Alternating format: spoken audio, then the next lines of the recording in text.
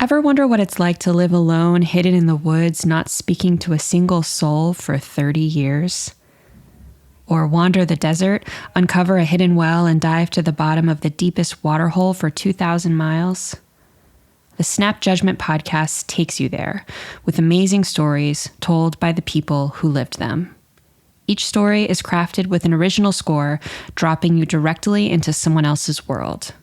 It's raw, intimate, it's storytelling with a beat.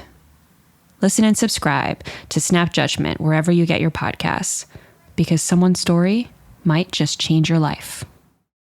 Support for the Nocturnists comes from the California Medical Association. At the Nocturnists, we are careful to ensure that all stories comply with healthcare privacy laws. Details may have been changed to ensure patient confidentiality. All views expressed are those of the person speaking and not their employer.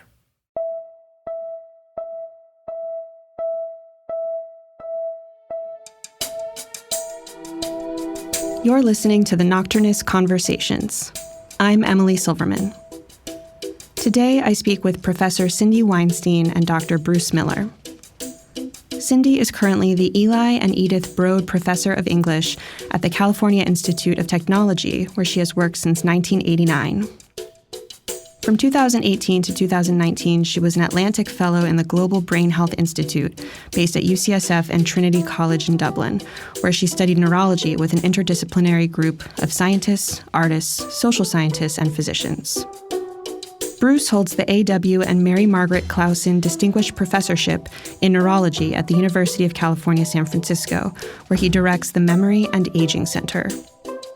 As a behavioral neurologist whose work emphasizes brain-behavior relationships, he has reported on the emergence of artistic ability, personality, cognition, and emotion with the onset of neurodegenerative disease.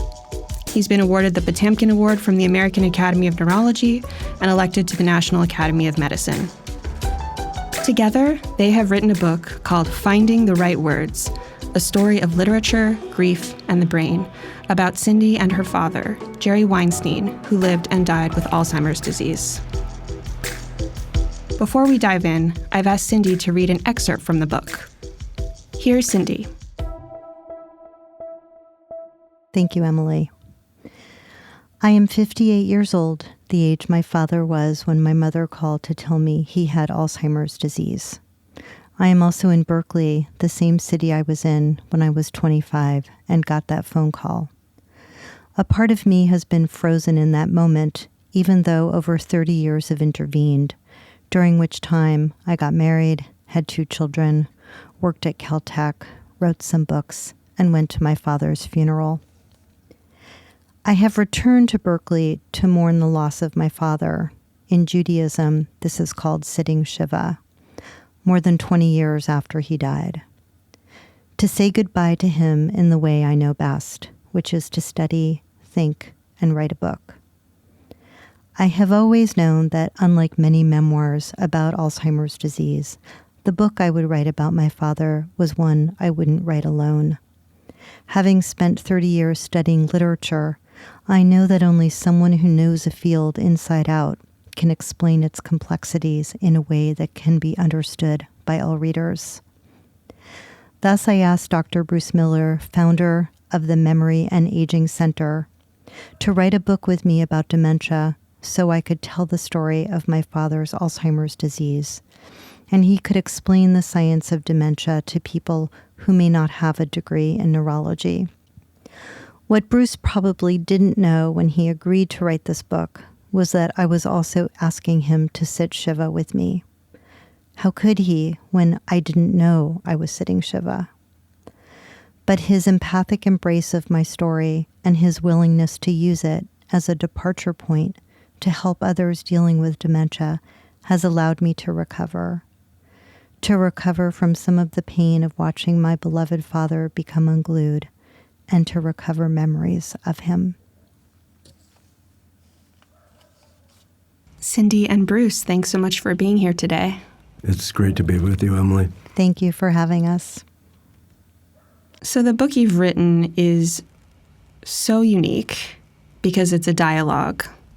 We have Cindy coming from the perspective of a literary critic and a lover of books, And we have Bruce, coming from the perspective of a physician scientist. So to begin, I'd love to hear a bit from each of you about your passion for what you do, starting with Cindy. I was really taken by this memory of the summer at Andover where you read 12 books in 6 weeks, I think it was. Tell us about that time and this moment where you knew you wanted to spend your life with books. My mother was very good at finding things for me and my siblings to do over the summer, whether it was sending me to Andover or sending my brother to study science in Wyoming. She found these programs. I don't know how she did it, but she did. And she figured out how to get me to Phillips Academy, Andover, during the summer. And I signed up for 2 English classes.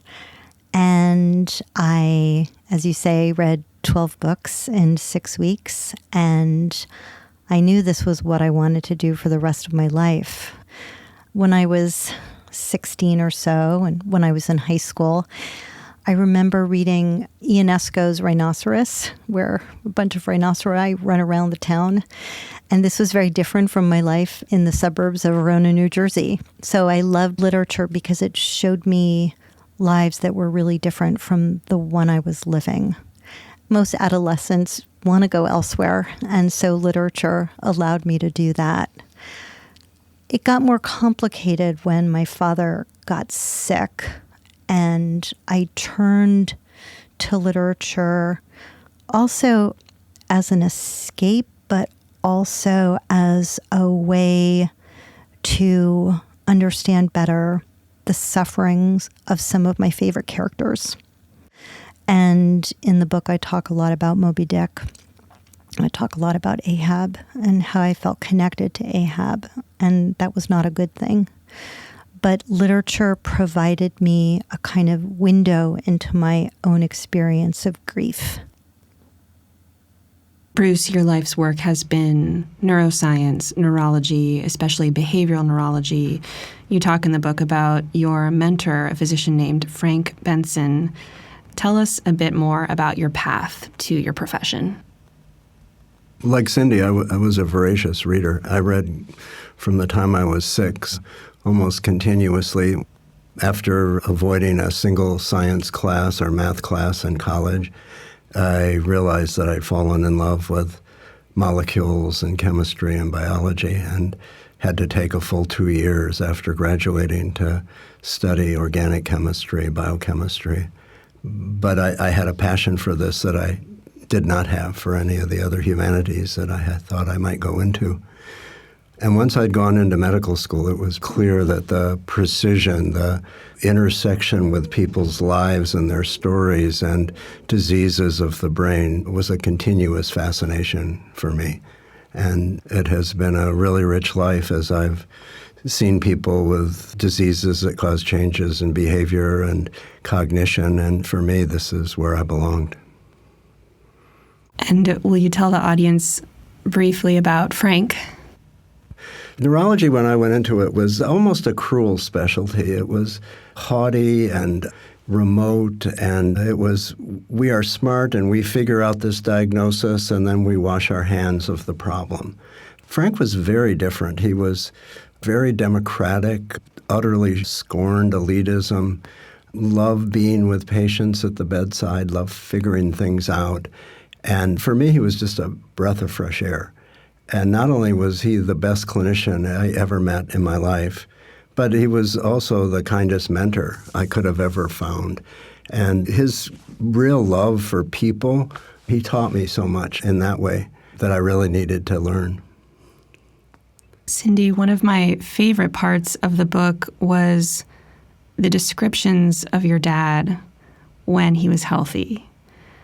It's almost like a character study.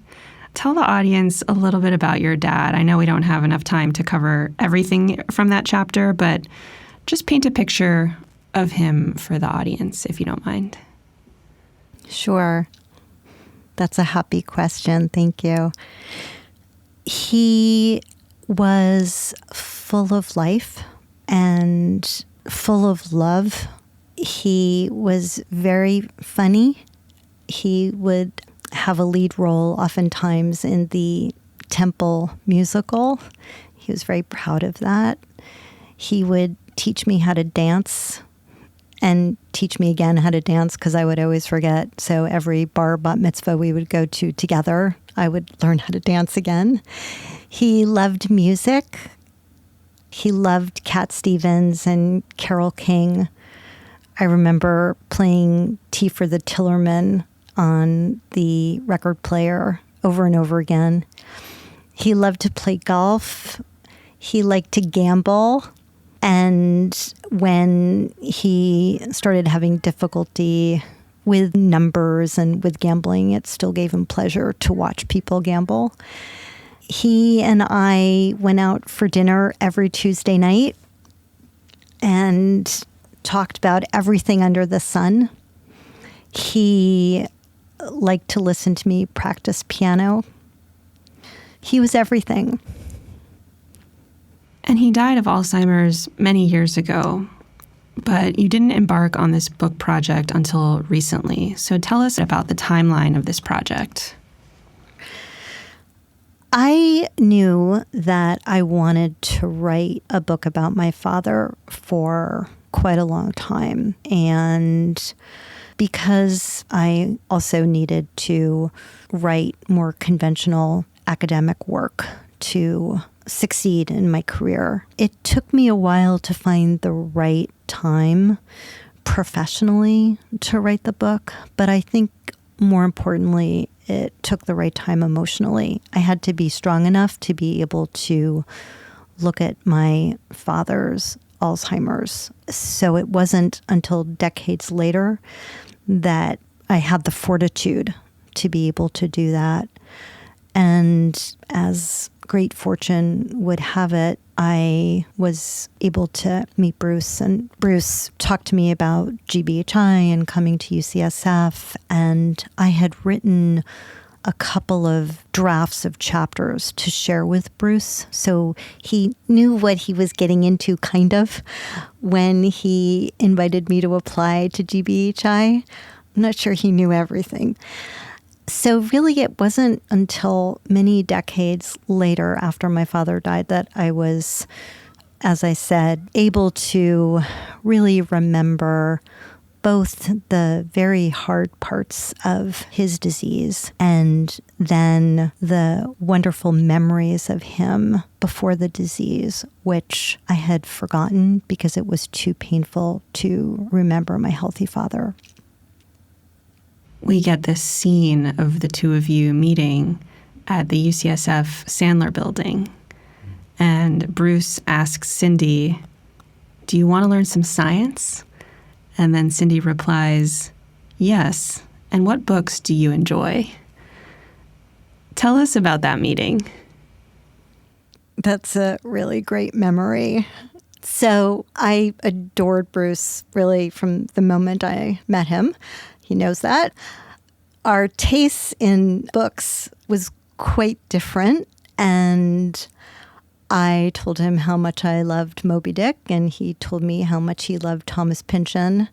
And I didn't think that would be a problem. Pynchon is not my favorite author. And then Bruce told me to read this Pynchon novel that was basically drugs and rock and roll. And because I'm a good student, I went home and dutifully read it. And I thought to myself, why is he telling me to read this book? But Bruce had just such good humor and was game to take on this strange project.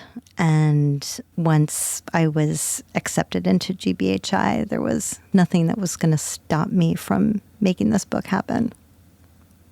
I was really the lucky one here.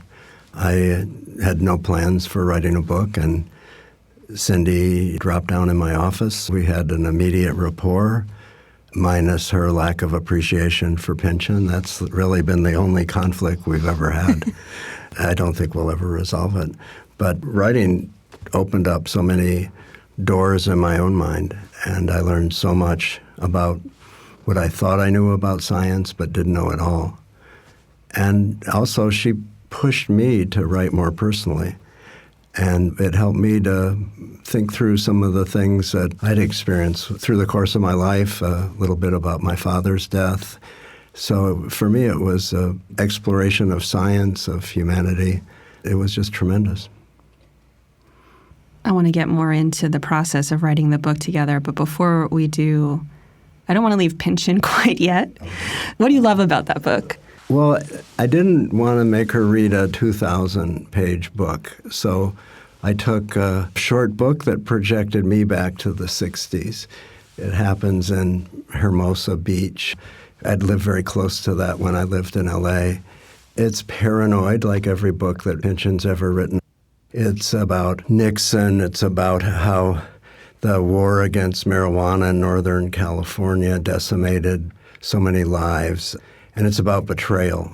His girlfriend ends up falling in love with a member of the FBI. It's just this well, sorry, Cindy. But it's this magnificent, very short clip of as best as I've ever read of what the 60s were like.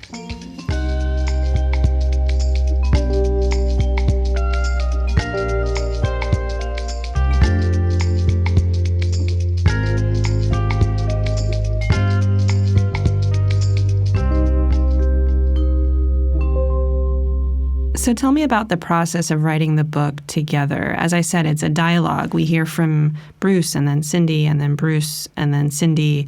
So were you swapping chapters, or what were the logistics of how you created this? It was really just like that. It was a back and forth. This sort of slowly evolved. Cindy and I realized we needed a memory chapter, so we kind of wrote that together. It was the last thing that we did. For me, the hardest and maybe most interesting chapter that I had to write. We decided that we should write about behavior because this is an area I think a lot about, and it's an area that is so devastating for patients and families. And so it was very much a back and forth, and I think mostly we really liked what each other wrote, and there wasn't a lot of editing or change. At least that's my memory. I had written a chapter on my father's spatial disorientation and another one on word finding. And for me, one of the most amazing things about writing the book with Bruce was I didn't know what the other chapters would be. What was so interesting to me is I would tell Bruce a story, a memory that I had. For example, I was telling him that years before my father was diagnosed, he started having hearing difficulties, and my mother brought him to a hearing doctor, and there were no problems with his hearing, according to the doctor, who then asked my mother how long my parents had been married.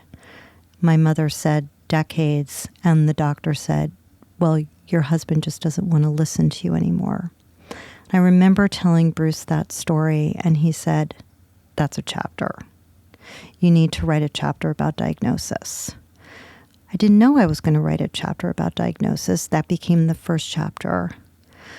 Then the behavior chapter came about, one, because it's really Bruce's area of expertise, and two, I described a memory of my father pulling a sink out in the nursing home. And when I told Bruce the story about the sink in the nursing home, Bruce said, okay, that belongs in the behavior chapter. And then the memory chapter ended up being the last chapter. I thought it was going to be the first one because when I started at GBHI, my understanding of dementia was very limited, and I only thought about it in terms of memory. So I thought memory would be the first chapter. And in the course of writing the book, Bruce said to me that the chapters were episodic. They were good, but there wasn't a narrative arc. And once he said that, what we both realized was that memory needed to be the last chapter. And once I realized it was the last chapter, it occurred to me that what I was doing in the first 4 chapters was recovering my own memory of my healthy father. And so it was this amazing collaboration where Bruce became the literary critic in certain ways. That's my recollection of how the book became the one that you have. Cindy, in the book, as you just mentioned, you share several anecdotes about your dad. We have the scene where you're in the grocery store with him and he can't think of the word croutons. We have the scene where you're at the diner and he's trying to pour syrup on his pancakes, but he hasn't opened the packet. We have the scene where he's swinging his golf club in the wrong direction on the golf course. And we hear these stories from you, and then we turn to Bruce, and Bruce explains the scientific basis of these episodes and of this disease and how it works. And so I'm wondering, for you, Cindy, what was it like to learn, after all these years, the science of what was happening to your dad through Bruce's expertise?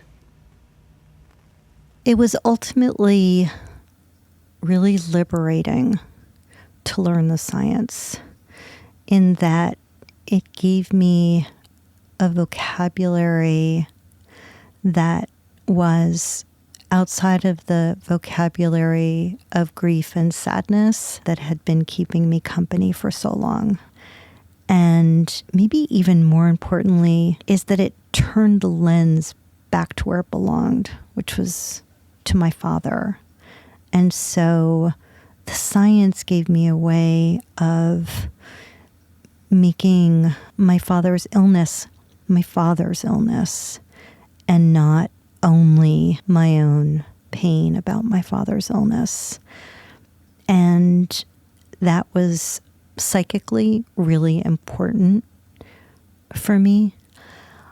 I should also say that one other anecdote I tell is when Bruce gave me a precise diagnosis of what my father had, because in the 80s, everyone who had dementia had Alzheimer's.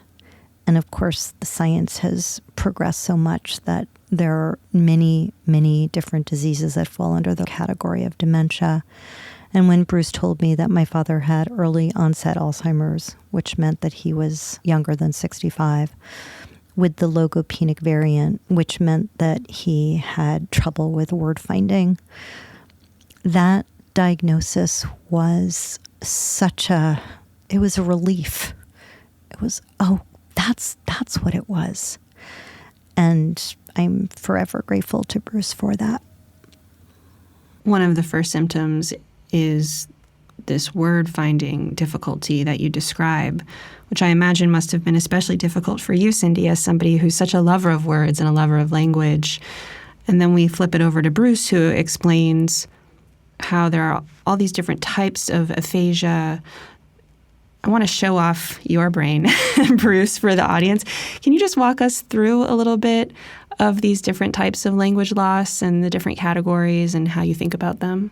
Yeah, so there's a little clip of the chapter on diagnosis. It's called Where Dementia Decides to Dance. It's about where the disease begins in the brain. I think the more we think about that, the more we learn about who that person was before the illness started. So we've learned that almost 50% of the people who get Alzheimer's disease where language is the first manifestation were dyslexic or didn't read. So this early life pattern explains to some extent the loss of function later in life. It's profoundly interesting, and I think it has potential for new therapies as well. So a lot of my work has focused on the frontotemporal dementias, and they hit the frontal lobe and the anterior temporal lobe. And if it begins on the left side, if it begins in the frontal lobe, it begins with difficulty generating speech. And so the speech becomes much less likely to occur. People become quieter. There are shorter sentences. And eventually, even at a time when someone is fully functional, they may be mute. That we have since, as we've described it, Marilu Gorno-Tempini was the one who did this. We've learned that almost all those cases are caused not by Alzheimer's, but a type of frontotemporal dementia where tau protein is responsible. So for me as a neurologist, this is so amazing. Why does a language circuit become vulnerable to a specific molecule. Ultimately, I think we're going to be able to get rid of that bad molecule. So the diagnosis becomes an inroad into treatment. And then maybe the most interesting of all these language deficits is the one that begins in the left anterior temporal lobe, which we knew almost nothing about until we started studying these diseases. And this is called the semantic variant. And what happens is people lose words that they accumulated early in life, in particular nouns. So often it's birds or animals or type of food. And remarkably, they lose entire concept of what that animal or that word consisted of. So the knowledge that is so much part of growing up, as a child we learn that there's a animal and then a bird and then a hawk and then a red-tailed hawk. All of that gets stripped away as we lose the anterior temporal lobes. And these people are extremely interesting because sometimes that releases visual creativity.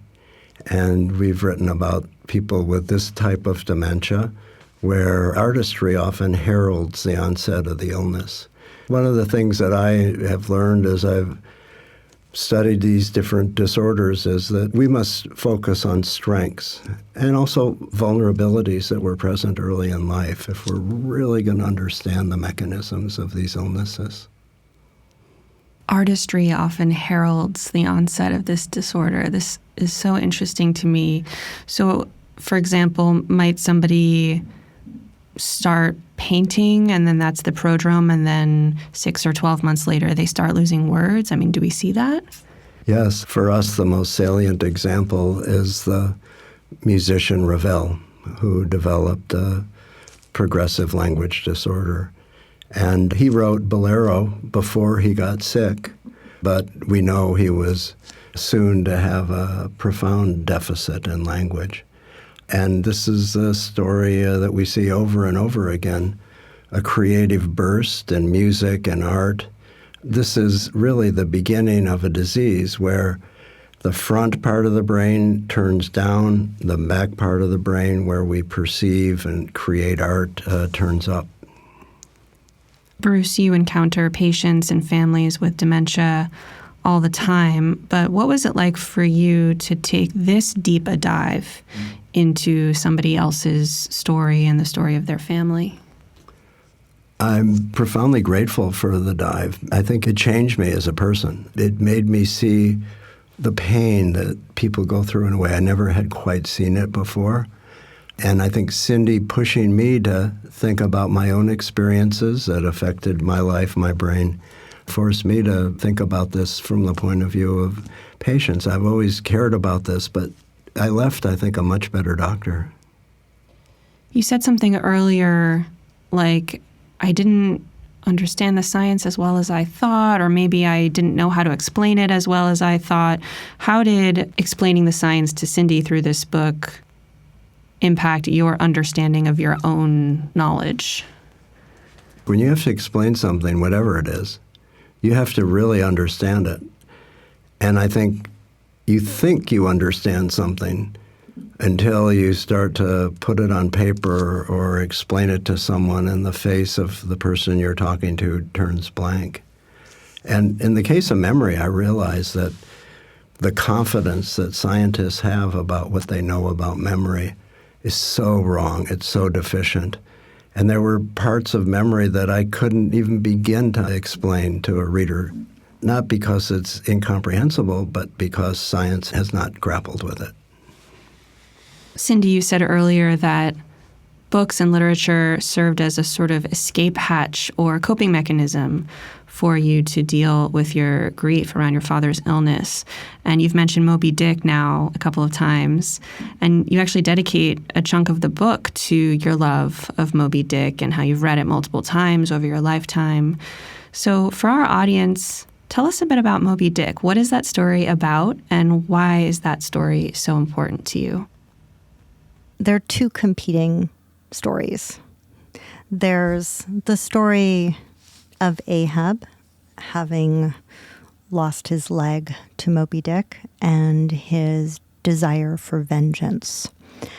And that story is pretty linear.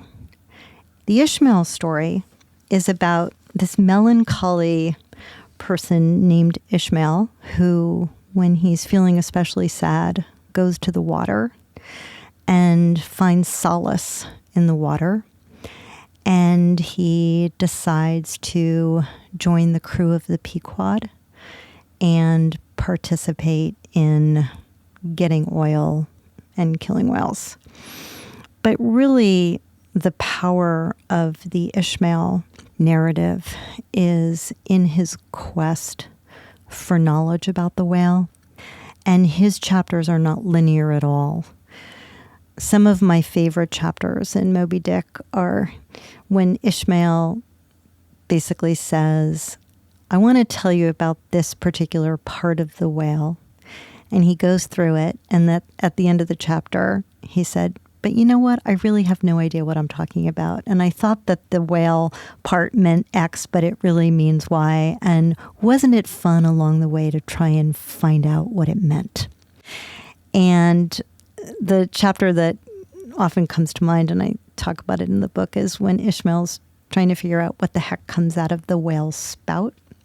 And he ends up saying, if I really wanted to know, I would have to put my face in it and probably die as a result. So I'm just going to give you a whole bunch of possibilities about what may be coming out of that spout. Ishmael, it's all about process, and it's all about aesthetics, and it's all about the other. And what I love so much about the Ishmael chapters are sort of the embrace of language and metaphor and figuration, and you just luxuriate in the connections Ishmael is able to make linguistically. Whereas for Ahab looks at the world and sees himself and sees his pain, and he thinks that killing a whale will make him feel better. And I read the book for the first time when I was 16, and it blew my mind. And Lord knows how many times I've read it since then. And it's kind of a way for me to take my psychic temperature. So when my father was really, really declining, I connected with Ahab in a way that was not good, thinking that there was something out in the world. If I could only destroy it, my pain would go away. And then when I'm feeling better and emotionally healthier, it's Ishmael's love of language and aesthetics and his love of Queequeg, another person on the ship. That's who I connect with. It's also just a really funny book. And one of the things I try and do when I teach it to my students is to take the book off of its pedestal so that students can really have fun with it and enjoy the bounty, the plethora of Ishmael's linguistic play. I love this account of how you interact with the story differently depending on your mood or your psychic state or what's happening in your life. And it's been a while since I've sat in an English class or a literature class. But I'm curious, do you bring any of that to your students? When you're teaching, do you focus more on the text and the characters and the shape of the plot? Or do you ever talk about how the individual students are responding to the text and mapping their own life experiences onto the text? I don't talk that much about it, but I do encourage the students to talk about their own personal relation to the novel. And I taught it when the pandemic first happened and Caltech closed its doors, and we were reading Moby Dick, and the students in the class were reading it at home in their beds. It was so moving when they were telling me this. They loved reading Melville at home because that was the place where in high school they loved reading literature, and they come to Caltech and spend a lot of their time on math proofs and physics and chemistry labs and things like that. So it was a very interesting experience, I think, for the students to read Moby Dick at home. And I also think even if you haven't read Moby Dick, you have a relation to it. It's in the DNA of our culture. So students come to the novel with all sorts of expectations.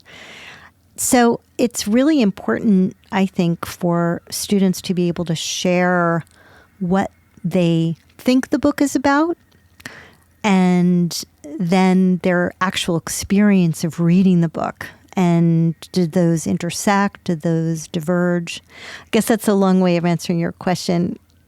The answer is yes.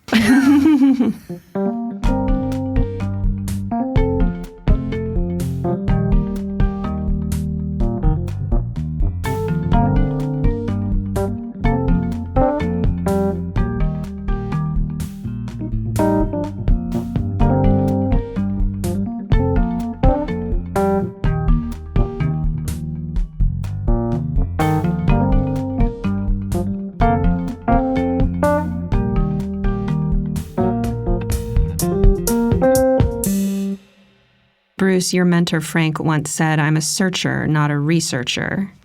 And I think the same could probably be said of you. And one thing that I've noticed about UCSF's Memory and Aging Center is how special it feels in the sense that there's this interdisciplinary spirit. There's this artist in residence program. You have the GBHI program, the Global Brain Health Institute program, where you bring in authors and musicians and anthropologists and just all sorts of different seekers to the table to look at the brain and examine it. So how have you been able to make that succeed and thrive at UCSF? We really care about the patients. The research, although critically important for the future, the patients are now. And the people have come there. They come from all sorts of different places. One of our most brilliant scientists, Bill Seeley, comes from rural Michigan. I always say their brains drove them to San Francisco and to our program. And we're more like a family than a competitive research group. We're, I think, almost utterly without any sense of competition. The diseases are what we care about. And the artists have enhanced so much the experiences we've had, whether it's Heidi Clare, who started the Memory and Aging Center Band, a bluegrass fiddler, whether it was Jane Hirschfield, a credible San Francisco poet who taught me about death and dying in a way I'd never learned in medical school. These artists have changed the way we look after people. And the latest, and this was what brought Cindy in, are the artists and the people from underserved communities who are going to try to change the course of these degenerative diseases. And it's been a really rich and roller coaster ride for me. It's changed every year. And I realize I've passed 70, my time is short, and I just have such a sense of urgency about finishing the things that we have started. Turning back to you, Cindy, you talk a lot about why writing this book was important to you. You talk about facing down a part of your life that you had previously avoided. You talk about dealing with feelings of guilt and regret about living far away from your dad, something that I relate to personally, having lost my mom to dementia earlier this summer, and she lived in Florida and I lived here in San Francisco. So a lot of different ways in which this book helped you address all of those things that you said, over the last decades that you hadn't necessarily had the time to address. So I'm wondering, what does it feel like to have finished this book, to be on the other side of this project? Well, first, I'm really sorry to hear about your mom. It feels good to be finished, to have written the book. I don't think that one ever finishes grieving. And the idea of I was lost and now I'm found, I think that that narrative is untrue for many people. And it was important for me to both tell the story of recovering these memories and how happy they made me, while also keeping in mind the fact that when you lose someone, you've lost them, and it'll come in waves, and you don't just put grief to bed. It wakes up. And you don't know when it's going to wake up. But what I think about finishing the book is how grateful I am to Bruce for helping me tell the story in exactly the way I wanted to tell it. I wanted it to be personal, daughter grieving her father. I wanted it to be literary, an English professor reflecting on her love of books. I really wanted to try and make the book speak to as large an audience as we could. And so I'm really proud of this book, and I hope that it helps people. My father would have wanted that. And so it's a gift to my father, it's a gift to me, and hopefully readers will receive it as a gift to them. And Bruce, how does it feel to be on the other side of this project with Cindy? Well, I was worried I'd let her down. That was my constant worry, especially with the memory chapter, which was our last. And Cindy was waiting, and she had finished her part. And then gratitude that I had learned so much in this process. That and the chance for us to talk about this book at events like this is very meaningful, I think, to me and to Cindy. So mostly gratitude is the way I feel now. I have been talking to Professor Cindy Weinstein and Dr. Bruce Miller about their book, Finding the Right Words, A Story of Literature, Grief, and the Brain. Cindy and Bruce, thank you so much for speaking with me today. Thank you, Emily. Thank you. It was really a pleasure. Wonderful. Thank you.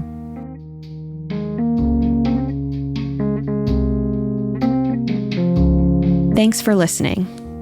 This episode of the Nocturnist Conversations was produced, edited, and mixed by John Oliver.